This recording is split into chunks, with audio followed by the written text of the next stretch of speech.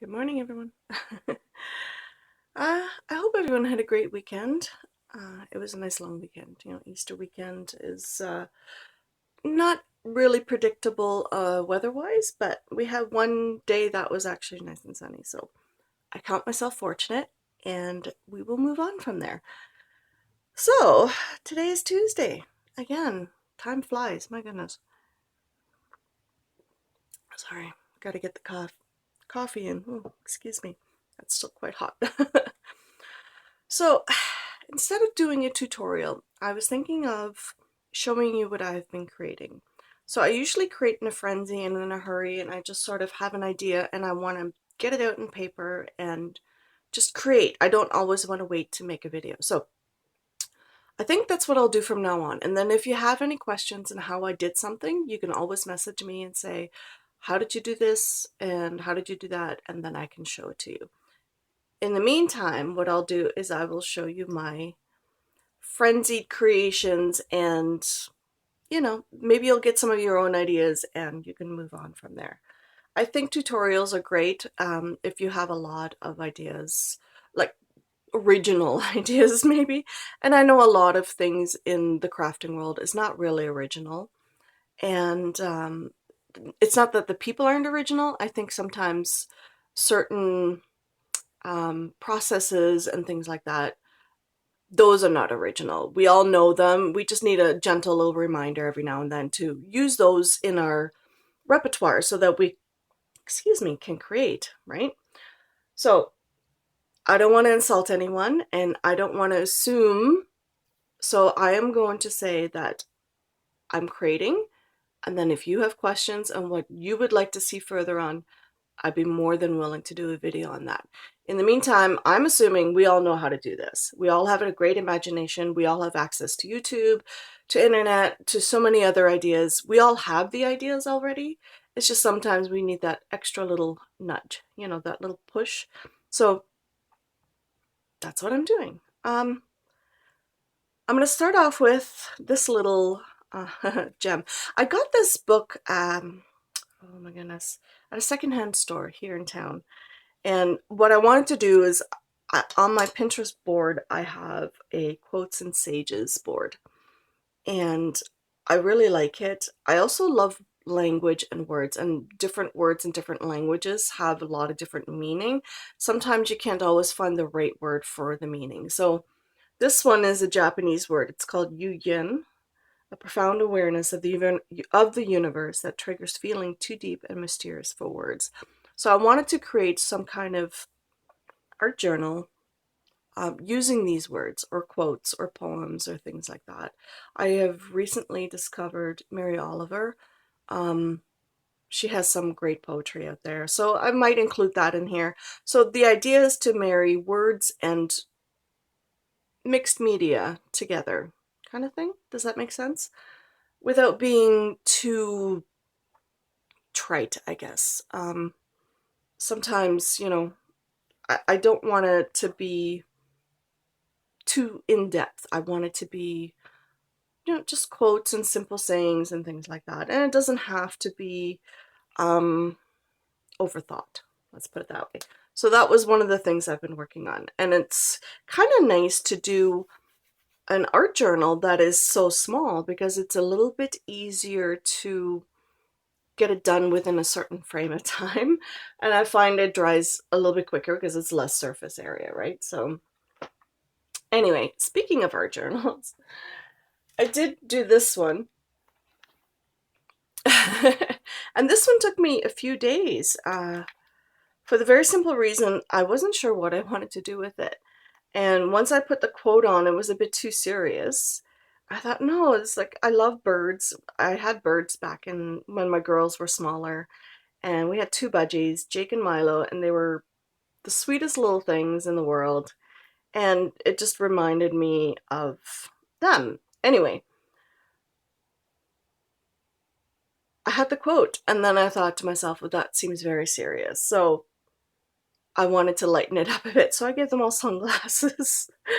And sometimes you can take yourself a little bit too seriously, and just putting sunglasses or something weird in it, it just has more of an impact, I think, to me anyway, this way. And it seems less serious and less, in depth. It's more lighthearted. Let's put it that way. So lighthearted is a good word. So I did those, and then there was a quote, not a quote, it was a saying from a long time ago, and I don't remember where I got it from personally. It could have been from a movie, it could have been from just about anything. Sorry for the blank space there.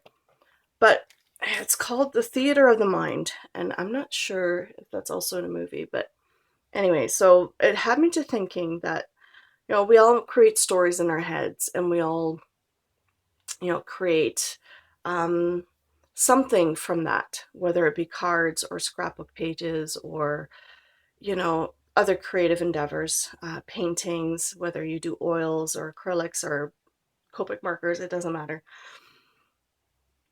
Whatever's in our heads, we try to get out on paper. So I had looked up different tunnel books. Do you remember those? Do you remember the pop-up books and things like that? I bought my niece a pop-up book, a gorgeous one, a winter one. It's for Christmas last year. And looking at it, it just really made me want one. But anyway, and then I researched some pop-up books and I did pop-up cards, and then I researched tunnel books. And there's some amazing artists out there right now. The really big thing is doing the altered books, or just plain white, but there's so many layers to them. So it's sort of the same idea, but on a much, much smaller scale. And it's not a book. So instead of doing art on a canvas, multi, mixed media, whatever, I wanted to try to do just on paper. And this is just cheapy cardstock I got at Michael's. And I cut concentric circles at first. I wanted to do lots of different layers, but the first one I just wanted to do a very simple one. So I just did this one. It is not really overly thick, but I like how it turned out. So this reminds me of that scene in Kill Bill when they were in Japan in the wintertime. Anyway, I know it's a bit random, but if you don't know the movie, it's a good one, but that's what it reminds me of. And then this one just reminds me, this is the Tim Holtz ephemera pack, but it reminds me of an English garden. And there's some anniversaries coming up soon. So this is what it reminded me of, people, couples strolling through gardens and things like that. And this is 3 different layers. So I just did watercolors and I smooshed it, and then I just decorated in each layer, and just trying to have things, you know, pop in different areas. I thought it was an interesting way of creating um, layers and more substance in something. And in here, this is, well, all the cherry blossoms have just recently bloomed. And then I just added some lanterns and a moth. And it looked like a night sky in the background. So I thought it was interesting. And I just really like cherry blossoms. So that one is also 3 layers. And then this one, I had made these for the Parrot Mixed Media, my art journal, and it didn't quite work out the way I wanted. So I did the flamingos instead, and I did it in this kind of card. I could mount these onto a card. Some of these are a bit warped, but that's okay. I like how it adds a little bit more texture. Um, I might just keep these and make more and just collect them in the box and leaf through them. They're little, I don't know, little bits of art. It's just from my own imagination, and I just, put it together, had fun with it. And not everything has to be sold or given away. I could give it away as a gift, I suppose, but sometimes you just want to collect your own little things and just keep it, and I don't know, just have fun with it, just browsing through it. Some people like to collect baseball cards, others like to collect Pokemon. I'm going to collect my own art. So I thought these were interesting.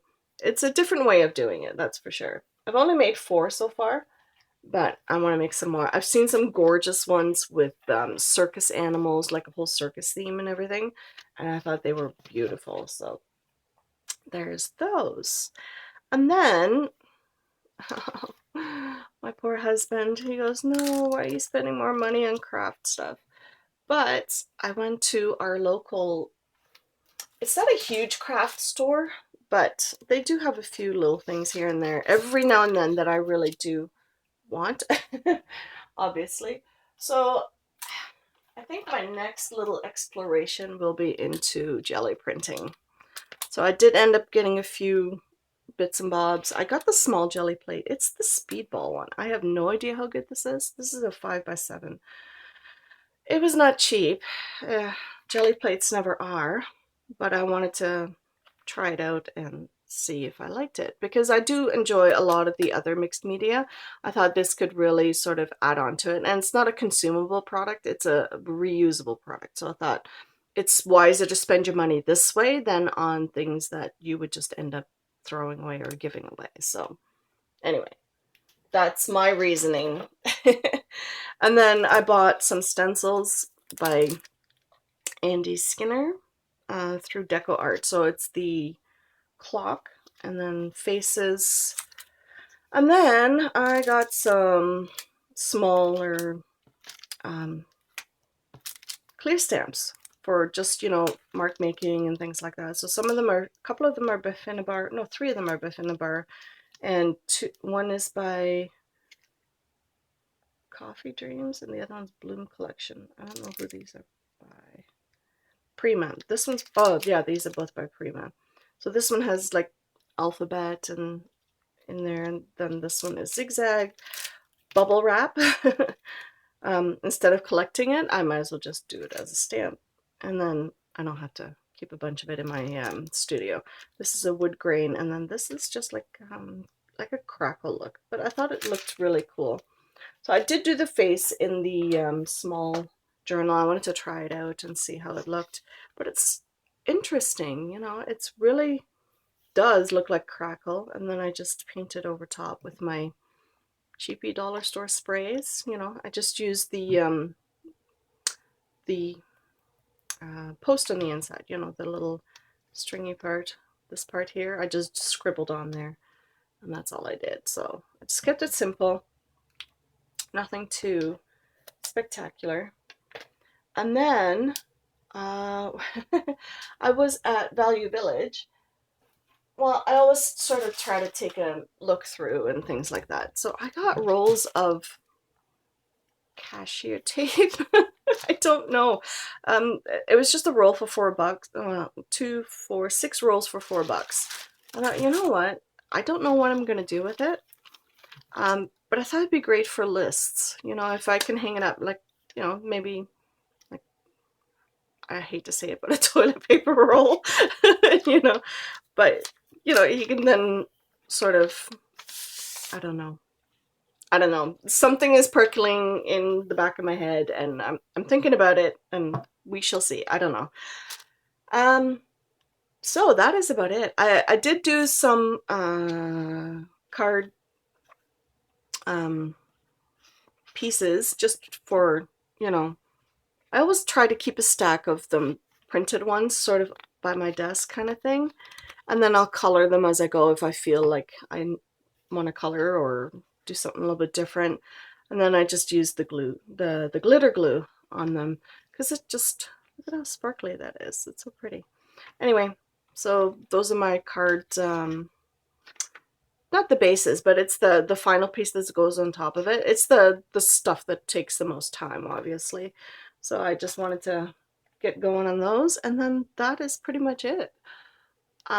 Again, like I said, if you have any questions about anything and you want to know how I did something, by all means, let me know. I will be doing some tutorials eventually again, but I thought this would be a little bit more interesting to see the final product. And not everything needs to be shown, you know, right away. I'm sure most of us know how, you know, we can reverse engineer most of our crafts and things like that. But for this one, all I've done is just taken my Fiskars shape cutters and just, or if you have punches, that will work too. But this is a 5x6, and then each one just gets a different size. So you can do 2, you can do 3, you can do as many layers as you can possibly think of. And eventually what I'll do is I'll do mixed media ones. That's what I'd like to do on oak tag or cardboard or something like that. So I want to be able to separate them, maybe with a washer or a post or something. Or maybe I'll put holes in them and I'll put them on bamboo skewers and then have them sort of layered that way. That's the idea anyway. So I don't know. We'll see. But the beauty of this, you know, if you have some odd pieces, some odds and ends here and there, some die cuts you don't know what to do with, you know, maybe you can make something like this. It's a little bit of art that you can create, and it doesn't have to be a huge canvas. If you don't have any canvases, you can just totally do it on paper. It's a little bit more delicate than canvas, obviously, but that's half the fun too. So yeah, I don't know. I thought it was interesting, and you know, I've been keeping very busy and enjoying it. So, like I said, if there's any questions, let me know in the comments down below, and I will see you in the next video. Bye, guys.